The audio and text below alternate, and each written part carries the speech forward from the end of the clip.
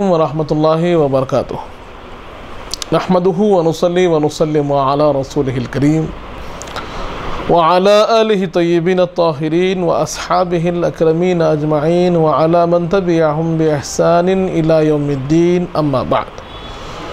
क़ाल तआला फ़ी शानि हबीबिहिल करीम इन्नल्लाहा व मलाइकतहु युसल्लूना अलन नबी या अय्युहल्लज़ीना आमनू सल्लु अलैहि वसल्लिमू तस्लीमा अल्लाहुम्मा सल्लि अला सय्यिदिना मुहम्मदिन व अला आलि सय्यिदिना मौलाना मुहम्मदिन व बारिक वसल्लम। बिरादरान अज़ीज़, अल्हम्दुलिल्लाह हमारा सिलसिला जारी है और हम पिराने पीर गौसुल आज़म दस्तगीर के तालीमात को सुन रहे हैं। फुतूहुल गैब के इक़्तिबासात को हम जान रहे हैं, जहाँ पर पिराने पीर सरकार ने हमारे लिए, अपने मुरीदीन के लिए, मोमिनीन के लिए खुसूसी तालीमात का और अपने फरमुदात को बयान फरमाया। बिरादरान अज़ीज़, कल हमने जाना था कि नजात का ज़रिया क्या है, नजात का रास्ता क्या है। इस बारे में पिराने पीर ने बड़े ही प्यारे अंदाज़ में औसाफ़ और असबाब का ज़िक्र फरमाया। और उसके बाद तीसरा जो मरहला, तीसरा जो सबक, तीसरा जो दर्स पिराने पीर सरकार इनायत फरमा रहे हैं वो ये है कि एक मोमिन की इब्तिदा और इंतहा कैसे होती है, या फिर ये कहा जाए कि एक मोमिन की इब्तिदा कैसी हो और जब इब्तिदा होती है तो फिर उसकी सफ़र करते करते उसकी इंतहा कैसी होनी चाहिए। इस बारे में पिराने पीर सरकार ने बड़े ही प्यारे अंदाज में फतहुल गैब के अंदर बयान फरमाया कि सबसे पहली चीज़ मोमिन के बारे में हो या इंसान के बारे में हो, इंसान का मामला यह होता है कि जब वो किसी चीज़ का मोहताज होता है, कोई चीज़ चाहता है, कोई चीज़ हासिल करना चाहता है, किसी चीज़ की तलब होती है, तो वो तलब के लिए या उस चीज़ के हुसूल के लिए, अपने मतलूब के लिए सबसे पहले ख़ुद कोशिश करता है। आप गौर करें, हमारी रोज़मर्रा ज़िंदगियों में गौर करें, सुबह शाम को गौर करें कि हमें खाना चाहिए, पानी चाहिए, हमें जो असबाब हयात दरकार हैं, उस बारे में हमारा जो जिद्दोजहद होती है वो कैसी होती है कि जब तक हमारे हाथों में है, हमारे पास वो ताकत, क़ुव्वत, वो इख्तिदार है, वो क़ुदरत है कि हम ख़ुद उस चीज़ को हासिल कर सकते हैं, उस चीज़ को पा सकते हैं, उस चीज़ को पकड़ सकते हैं, उस चीज़ को ले सकते हैं, तो फिर हम खुद उसको लेते हैं। आदमी खुद मेहनत करता है और ख़ुद हासिल करता है। तो पिराने पीर फरमाते हैं कि एक मोमिन की इब्तिदा यह होती है कि जब तक वो खुद कर सकता है, अपनी खुदी से हासिल कर सकता है, तो वो किसी दूसरे की तरफ राग़िब नहीं होता, किसी दूसरे को नहीं देखता, किसी दूसरे को नहीं बुलाता, किसी दूसरे को जो है अपनी मदद के लिए दावत नहीं देता या उससे नहीं पूछता। अगर इसके पास खाना है, इसके पास पानी है, इसके पास जो है अपने ज़रूरियात के सामान हैं, तो वो ख़ुद ही उसको इस्तेमाल करता है। अब जैसे आदमी के घर में खाने की ज़रूरत है, घर में खाना है, खा लेता है, खाना नहीं होता है तो फिर वो दूसरों की तरफ देखता है।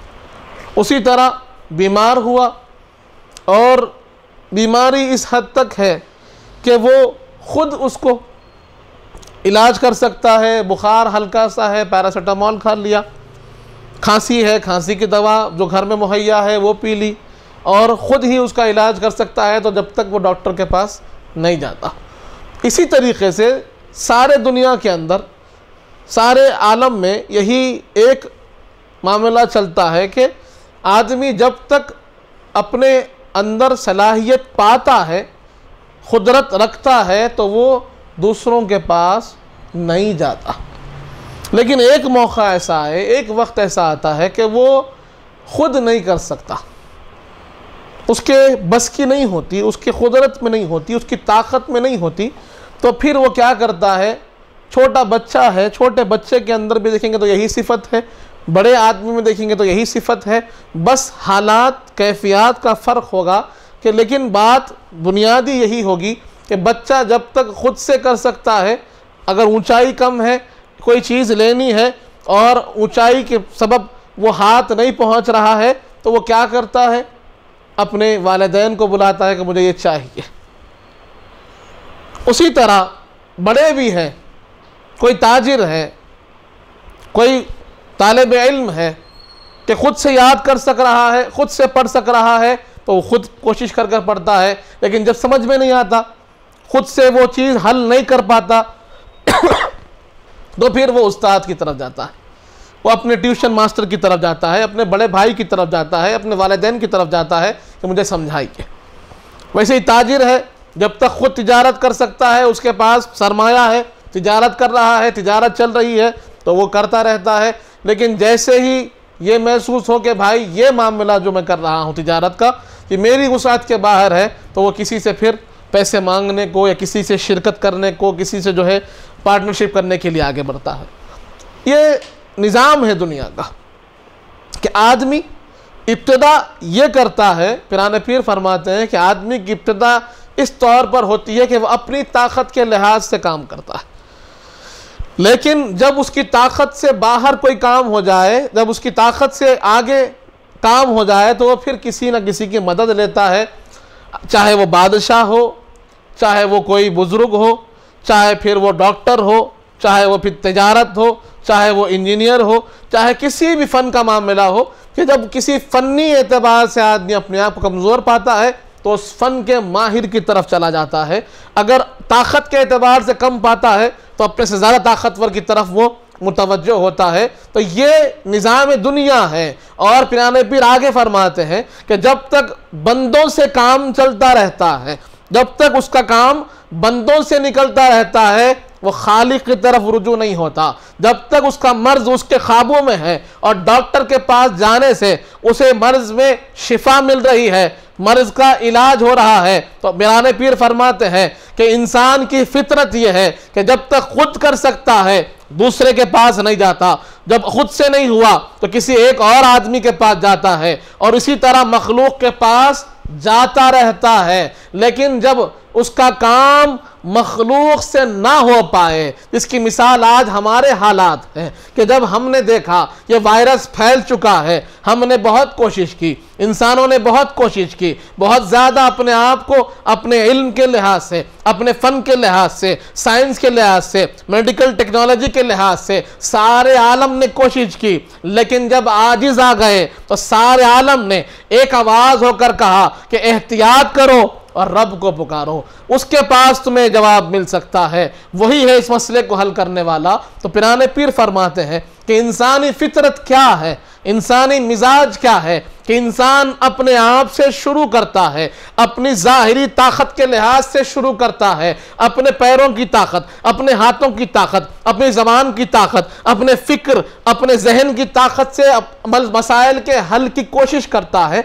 जब नहीं हो पाता तो फिर वो किसी और की मदद लेता है और मखलूक़ात में पहले ढूंढता है कि कोई मेरा मदद करने वाला तो है क्या, कोई मेरे हालात को सुधारने वाला है क्या। किसी बादशाह से दोस्ती है, किसी बड़े आदमी से दोस्ती है, किसी लीडर से दोस्ती है कि मेरा मसला हल हो जाए, किसी डॉक्टर से दोस्ती है कि मेरे मर्ज का इलाज हो जाए, कोई एक टेक्निकल आदमी है जो मेरे मसले को हल कर दे, इस तौर पर बात होती है। पिराने पीर फरमाते हैं कि जब बंदे मोमिन को ये ख्याल होता है कि ये मामला, ये मर्ज, ये मसला अब बंदों से हल नहीं हो पाएगा, कोई बादशाह मेरी मदद नहीं कर पाएगा, कोई तबीब, कोई हकीम, कोई डॉक्टर मेरी मदद नहीं कर पाएगा, तब उसे ये ख्याल हो जाता है तो वो फ़ौरन फिर खालिक़ कायनात की तरफ रुजू होता है, अल्लाह की तरफ रुजू हो जाता है। ये मराहिल है प्रैक्टिकल, और आप सोचें तो ऐसे ही नज़र आता है कि बंदा मोमिन फ़ौरन अल्लाह के पास नहीं जाता, पहले असबाब इख्तियार करने की कोशिश करता है, उसके बाद अल्लाह के पास जाता है। और पिराने पीर फरमाते हैं कि जब बंदा अल्लाह के पास जाता है तो अल्लाह तबारक तआला के सामने गिड़गिड़ाता है, दुआ करता है, तो चंद मसाइल को अल्लाह हल करता है और चंद को हल नहीं करता, वैसे ही रखता है। कभी मसला हल होता है दुआओं के बाद और कभी हल नहीं होता। ये उसके सब्र का इम्तिहान है कि वो अल्लाह की बारगाह से मायूस तो नहीं हो रहा है, कहीं उसे ये ख्याल तो नहीं आ रहा है कि मेरा काम क्यों नहीं हो रहा है, बल्कि यहाँ पर उसका इम्तिहान है, यहाँ पर उसके सब्र का, उसके ईमान का इम्तिहान है कि अगर वो तकलीफ में है तब भी अल्लाह से राज़ी रहे, अल्लाह की खुदरत पर राज़ी रहे, अल्लाह की तकदीर पर राज़ी रहे, और जो अल्लाह ने उसके लिए रखा है यही उसके लिए बेहतर है, इस बात का उसको यकीन हो। और पिराने पीर आगे फरमाते हैं कि जब एक मरहला ये भी आता है, एक मकाम ये भी आता है कि बंदा अब सारे दरों को छोड़ देता है, सारे मखलूक़ात से अपने नाते को तोड़ देता है, और उसे इस बात का यकीन हो जाता है कि मैं फ़ुला बादशाह के पास गया, उसने मेरा मसला हल नहीं किया, मैं फ़ुला तबीब के पास गया, उसने मेरा मसला हल नहीं किया, मैं फ़ुला शख्स के पास गया, उसने मेरा मसला हल नहीं किया, और उसे इस बात का यकीन हो जाता है कि कोई शख्स जब तक काम नहीं कर सकता जब तक कि अल्लाह की मशीयत, उसकी मर्जी शामिल हाल ना हो। कि सारे असबाब हैं, इनके अंदर असर देने वाली ज़ात परवरदिगार की है। इनके पास जब जाते हैं तो यही यकीन हो, यही फिक्र हो कि अल्लाह चाहे तो शिफा होगी, अल्लाह चाहे तो मसला हल होगा, अल्लाह चाहे तो मेरे मामले में आसानी होगी। पिराने पीर फरमाते हैं कि जब ये कैफियत आ जाए, ये फिक्र आ जाए कि ये तमाम असबाब से बढ़कर, ये तो सारे असबाब हैं लेकिन हकीकी ज़ात तो मुसब्बिबुल असबाब की है, जब ये ख्याल उसके पास मजबूत हो जाए तो फिर बंदा अपने आप को अपने रब से जुड़े रखता है। उसे इस बात का ख्याल हो जाता है, इस बात का जहन में उसके बात मजबूत हो जाती है कि अब मैं जाकर बादशाह के पास भी देखा, तबीब के पास भी देखा, इंजीनियर के पास भी देखा, तमाम तर लोगों के पास मैंने जाके देखा, और ये बात का यकीन हो गया कि मसले का हल इनके पास तब तक नहीं है जब तक अल्लाह इनको अता ना फरमाए। इसके बाद पिराने पीर फरमाते हैं कि होगा ये कि अल्लाह की ज़ात पर उसको मजबूती से यकीन और भरोसा होने लगेगा। उसको जब अल्लाह की ज़ात पर भरोसा होगा तो फिर वो ये जो असबाब की तरफ परेशान है कि हम आज देखते हैं कि हमारे भाई जब तिजारत में कमज़ोर होते हैं तो फिर किसी न किसी की तरफ मुतवज्जो होते हैं, किसी न किसी को ज़िम्मेदार ठहरा रहे हैं, किसी न किसी को इस तिजारत के नुकसान का वो वबाल जान बनाना चाहते हैं और कहते हैं कि फ़लाँ शख्स की वजह से हुआ होगा, फ़लाँ शख्स की वजह से हुआ होगा।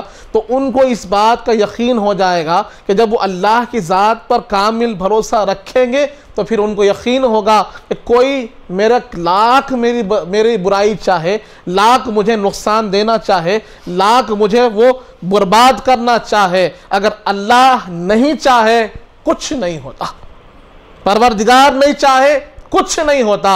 ये बात का यकीन रख ले, और अल्लाह चाहे तो कोई बचा नहीं सकता। इस बात को जहन नशीन रखना ज़रूरी है।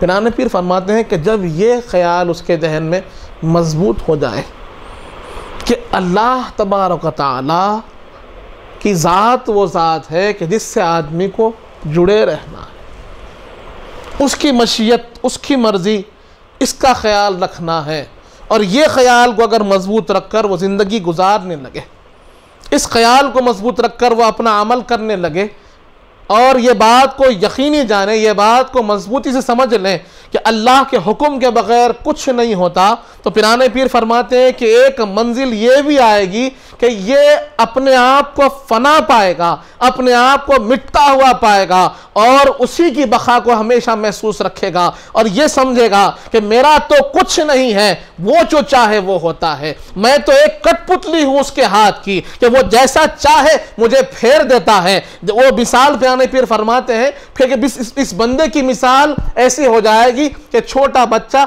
दाया के हाथ में कैसे होता है कि दाया जैसे उसे फेरती है वैसे फिर जाता है। या फिर पिराने पीर फरमाते हैं कि गस्साल के हाथ में जैसे मुर्दे की मिसाल होती है, क्या उसका कोई इख्तियार नहीं होता, गस्साल जैसे चाहे उसे फेर देता है, तो बंदा अल्लाह के हाथ में वैसे ही अपने आप को महसूस करेगा कि वो देखेगा, वो महसूस करेगा कि मेरी मर्जी, मेरी मशीयत, मेरी ख्वाहिश, मेरा अपना चाहना कुछ नहीं है, उसकी कोई हकीकत नहीं है। हकीकत तो अल्लाह की मशीयत की है, अल्लाह की मर्जी की है। अल्लाह जो चाहे वो होता है दुनिया में। ये है कामिल ईमान।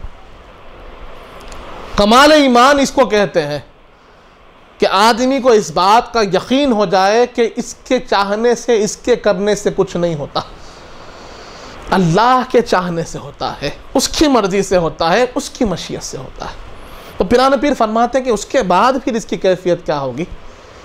इसकी कैफियत ऐसी होगी कि फिर वो अल्लाह के हुक्म को देख कर चलेगा, क्योंकि उसको मालूम हो जाएगा कि मेरी मर्जी, मेरा हुक्म क्या है, कुछ नहीं है। तो फिर वो हर मामले में, हर एक काम में, हर एक अमल में ये देखेगा कि मेरा रब क्या चाहता है, मेरे रब की मर्जी क्या है। जब मैं वक्त गुजार रहा हूँ, सुबह शाम कर रहा हूँ, कैसे करूँ?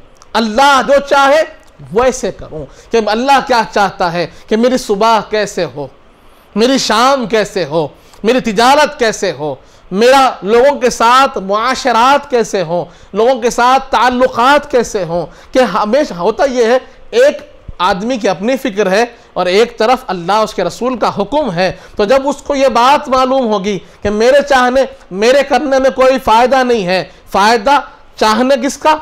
अल्लाह का। मर्जी किसकी? अल्लाह की। तो ये ख्याल जब होगा तो बंदे मोमिन अल्लाह की मशीयत के साथ अपना कदम उठाएगा, उसकी मर्जी के मुताबिक अपना कदम उठाएगा। इसी हदीस पाक को सही बुखारी की वो हदीस पाक भी याद आ रही है, जहाँ पर हदीस कुदसी, जहाँ पर हुजूर पाक ने फरमाया कि बंदे मोमिन जब अल्लाह की इबादत करता है, अल्लाह की इबादत में लगे रहता है, पहले फ़र्ज़ की पाबंदी हो गई, फ़र्ज़ पाबंदी से पढ़ रहा है, बाजमात फजर पढ़ी, बाजमात ज़ोहर पढ़ी, बाजमात असर पढ़ी, बाजमात मगरिब और इशा पढ़ी, फ़र्ज़ में पाबंद हो गया। उसके बाद देख रहा है कि फ़र्ज़ तो नमाज पढ़ ली, तिजारत भी चल रही है, अब वक्त कहाँ गुजारो? तो उसने वक्त को ज़ाय ना किया, लोगों में गपशप ना की, फ़ोन में अपने वक्त को ज़ाय ना किया, बल्कि अल्लाह के सामने खड़ा हो गया। वक्त कहीं पर भी गुजर सकता है, लेकिन इसको तलब हो जाती है अल्लाह के रास्ते की।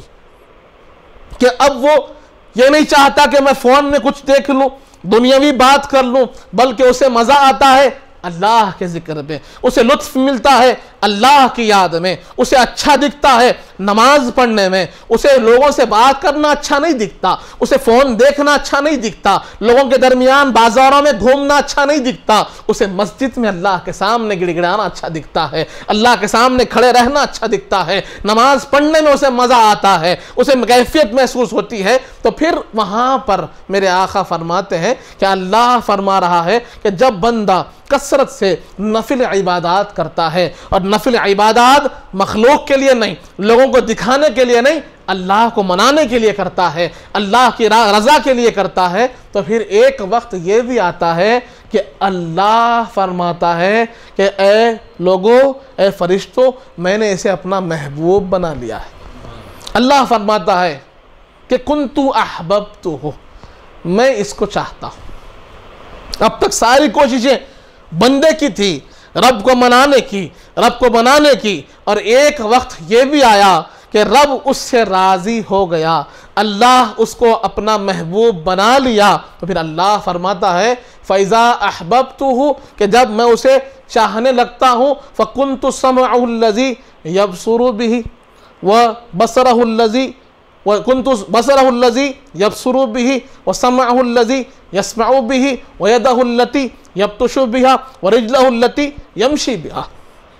अल्लाह फरमाता है कि फिर मैं उसकी वो आंखें बन जाता हूँ जिससे वो देखता है, मैं उसकी समातें बन जाता हूँ जिससे सुनता है, मैं उसके हाथ बन जाता हूँ जिससे वो थामता है, मैं उसके कदम बन जाता हूँ जिससे वो चलता है। फिर जब वो मुझसे मांगता है मैं उसे अता करता हूँ, जो वो चाहता है मैं उसे देता हूँ। बात क्या हुई कि बंदे ने अपनी ख्वाहिश को मिटा दिया, अपनी मर्जी को मिटा दिया, अपनी चाहत को मिटा दिया, और हर लम्हा, हर सांस, हर आन यही देख रहा है, यही जान रहा है, यही कोशिश कर रहा है कि मेरा रब क्या चाहता है, मेरा रब क्या चाहता है, मेरा रब चाहता है मेरे हर अमल से मेरा रब खुश है या नाराज है, मेरे हर अमल से अल्लाह राजी है या नाराज है। जब ये ख्याल उसको मजबूत से मजबूत उसके दिल में जागुज़े हो जाए और वो सुबह शाम इसी कोशिश में लगा रहे कि मेरा रब मुझसे राजी हो। तो एक वक्त ये भी आता है, मेरे आका फरमाते हैं कि रब ज़ुल जलाल ने ऐलान कर दिया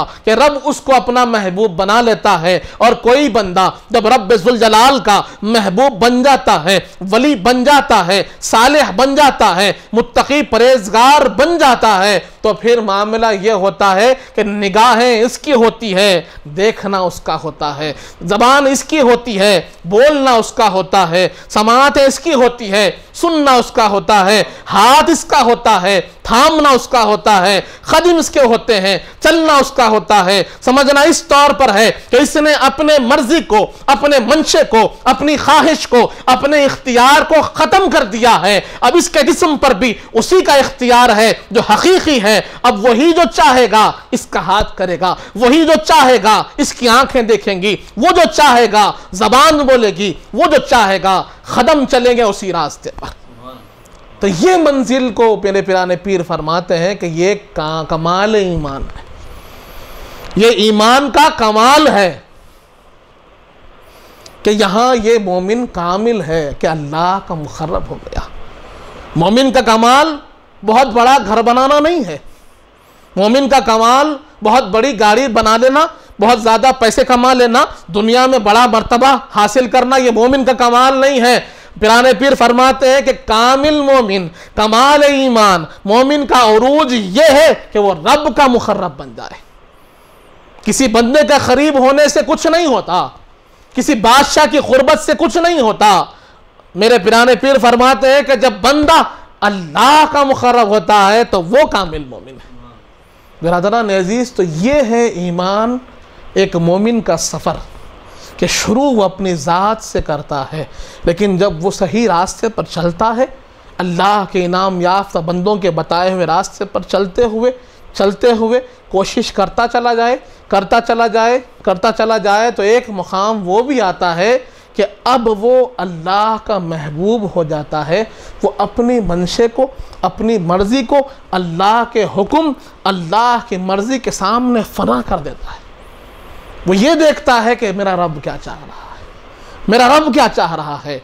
तो ये औलिया अल्लाह के औसाफ हैं कि औलिया अल्लाह यही करते हैं कि वो अपने आप को मिटा देते हैं, अपनी मर्जी को मिटा देते हैं, अपनी ख्वाहिश को मिटा देते हैं, और हर आन हर लम्हा यही फिक्र रखते हैं, यही ख्याल रखते हैं कि मेरा रब क्या चाहता है, उसकी मर्जी क्या है, उसका मंशा क्या है। अगर वो चाहे कि मैं तकलीफ में रहूं तो ये खुश रहते हैं, अगर वो चाहे मैं आराम में रहूं तो खुश रहते हैं। हर हाल में वो साबिर, वो राज़ी रहते हैं, क्योंकि उनके सामने तकलीफ़ और रंज, गम, खुशी का कोई मायना नहीं। उनके सामने कोई चीज़ मायने रखती है तो वो अल्लाह की रज़ा मायने रखती है। वो हदीस पाक याद आ रही है कि हश्र का मैदान होगा, हश्र के मैदान में अल्लाह तबारक व तआला हिसाब व किताब के लिए फ़रिश्तों को हुक्म देगा कि फ़रिश्तों, लोगों को बुलाया जाए। तो एक तरफ आबिद को बुलाया गया, इबादत गुजार जिसने सारी ज़िंदगी इबादत की, उसको बुलाया गया और फ़रिश्तों से कहा गया कि फ़रिश्तों, इस आबिद को ले जाकर जहन्नम में डाल दो। जहन्नम की बात आई तो आबिद थर थर कांपने लगा, लर्जाने लगा, उसका जिस्म सारा मुतहर्रिक हो गया, एक हरारत उसके जिस्म में महसूस होने लगी और वो अल्लाह के सामने मारूज़ा पेश करने लगा, रब्बे ज़ुल जलाल, मैंने सारी ज़िंदगी आपकी राह में इबादत करते हुए गुजार दी, फिर मुझे जहन्नम क्यों, आपने जन्नत का वादा किया। उनको बाजू कर दिया गया। दूसरा एक ग्रोह आया उलमा का, उनको भी कहा गया कि इनको दोज़ख में डालो। उन्होंने कहा कि नहीं, हम दोज़ख के लिए नहीं, हम तो जन्नत के लिए काम किए। उनको भी बाजू कर दिया गया। इसी तरह शहदा का एक ग्रोह आया, उसी तरह फिर जो सखावत करने वाले सक़ी होते हैं उनका ग्रोह आया। उसके बाद जब तमाम ने कह दिया कि परवरदिगार हमें जहन्नम नहीं, हमें जन्नत चाहिए, तो उनको सबको बाजू खड़ा कर दिया गया। फिर हदीस के अल्फाज हैं कि कुछ दीवाने, फटे कपड़े, बिखरे बाल एक गिरोह आया और उनसे फरिश्तों ने कहा कि तुम्हारा रब चाहता है कि तुम्हें जहन्नम में डाल दे। हदीस के अल्फाज हैं कि होता यह है कि इधर सुने कि अल्लाह ने चाहा है कि इनको जहन्नम में डाले तो ये खुद जहन्नम की तरफ भागने लगे। यही लोग जहन्नम की तरफ भाग रहे हैं। सारा महशर परेशान है कि ये क्या देख रहे हैं कि लोग इस जहन्नम से दूर जाते हैं। ये दीवाने हैं जो जहन्नम की तरफ भाग रहे हैं और करीब हुआ यहाँ तक कि वो जाकर जहन्नम में कूद पड़ते हैं, दोज़ख की आग में कूद पड़ते हैं। अल्लाह फरिश्तों को हुक्म देता है कि फरिश्तों इनको उठा लाओ अपने पैरों में, और लाकर उनको फिर महशर में खड़ा कर दिया जाता है। और अल्लाह फरमाता है देखो ये मेरे आशिक हैं, ये मेरे औलिया अल्लाह हैं, ये मेरे चाहने वाले हैं कि इनके पास जन्नत और दोज़ख का कोई फ़र्क नहीं है। इनके पास तो अल्लाह की मर्जी काम करती है, अल्लाह की मर्जी इनके पास अहमियत रखती है। जब इन्होंने सुना कि इनका रब चाहता है कि जहन्नम में चले जाए तो ये खुद जहन्नम में कूद गए। बिरादरान अजीज, यहाँ पर बहुत बड़ा सबक है। सबक यह है कि हम मालो मता, नेमत, अच्छाई, बुराई, इन तमाम से बढ़कर किसी चीज़ को देखें तो अल्लाह की मर्जी, अल्लाह की रज़ा को देखें। इसीलिए हदीस पाक में वो हदीस पाक भी याद आती है, जब जन्नत में तमाम मोमिनीन जाएंगे तो एक गिरोह ऐसा होगा जो जन्नत में भी नाखुश होगा, जन्नत के अंदर भी नाखुश होगा। लोग कहेंगे भाई जन्नत अल्लाह ने सारी नेमतें तुम्हें दे दी, उसके बाद भी तुम्हारे चेहरे पर वो खुशी नहीं है। तो वो अर्ज़ करेंगे कि हमें ख्वाहिश थी, हम जन्नत में आना इसलिए चाहते थे कि अल्लाह ने वादा किया था कि जब हम जन्नत में जाएंगे तो अल्लाह के दीदार से मुशर्रफ होंगे। आज हम उसे नहीं पाते, उस नेमत को हमने नहीं पाया, इसलिए हमारे चेहरे पर मायूसी है। अल्लाह फिर उनको अपने दीदार से मुशर्रफ फरमाएगा जन्नत में, तब जाकर वो सुकून पाएंगे। तो कुछ ऐसे हैं, कुछ ऐसे होंगे जो सिर्फ और सिर्फ अल्लाह की मर्जी के खातिर, उसकी मोहब्बत की खातिर अपनी ज़िंदगी गुजारते हैं। वो कामिल मोमिन है, वो कामिल मोमिन है। बिरादरान अजीज़, ये पिराने पीर सरकार सिखा रहे हैं कि एक तरफ आम ईमान वाले हैं जो दुनियावी असबाब, दुनियावी चीज़ों को हासिल करते हैं, लेकिन कमाल ईमान का कमाल ये है कि तमाम असबाब से उठकर मुसब्बिबुल असबाब की तरफ नज़र हो, उसकी मर्ज़ी की तरफ नज़र हो, भरोसा हो रब्बे ज़ुल जलाल की ज़ात पर भरोसा हो। और ये बात भी याद रखें कि दवा हो, दुआ हो, ये तमाम में शिफा देने वाली ज़ात अल्लाह की है। खैर और शर सारा अल्लाह की तरफ से है और उसकी तकदीर पर हमेशा राज़ी रहे। ये एक बहुत अहम चीज़ है। ये तीसरा सबक पिराने पीर सरकार ने हमें सिखाया, फुतूहुल गैब में बताया कि मोमिन का सफ़र कैसे हो कि वो अपनी मर्ज़ी, अपनी ख्वाहिश को ख़त्म करते हुए अल्लाह की मर्ज़ी, अल्लाह की रज़ा के लिए कोशिश करे। यही कामयाबी का ज़रिया है। अल्लाह ताला से दुआ है मालिक जब तक ज़िंदा रख, सलाम पर रख, मौत ईमान पर दे, वक्त नज़ा हुज़ूर पाक सल्लल्लाहु अलैहि वसल्लम का दीदार नसीब फरमा। मालिक हमें नेक और सालेह, मुत्तक़ी और परहेज़गार बना। हमारे गुनाहों को माफ़ फरमा, हमारे गुनाहों को नेकियों से तब्दील कर दे। मालिक हम में जो परेशान हाल है उनकी परेशानियों को दूर फरमा। हम में जो बीमार है उन्हें शिफाए कामिला अता फरमा। हम में जो मखरूज़ है उनके क़र्ज़ों को अता फरमा। जो कुछ कहे हैं, जो कुछ सुने हैं, उस पर अमल करने की तौफ़ीक़ अता फरमा। हुज़ूर पाक सल्लल्लाहु अलैहि वालिहि वसल्लम का सच्चा ग़ुलाम व उम्मती बना, अहले बैत अतहार का सच्चा ग़ुलाम बना, सहाबा इकराम का चाहने वाला बना, औलिया अल्लाह का चाहने वाला बना। उनके बताए हुए रास्ते पर चलने की तौफ़ीक़ अता फरमा। व सल्लल्लाहु तआला अला खैरि खल्क़िही सय्यिदिना मुहम्मद व अला आलिहि व सहबिही वसल्लम वल्हम्दुलिल्लाहि रब्बिल आलमीन।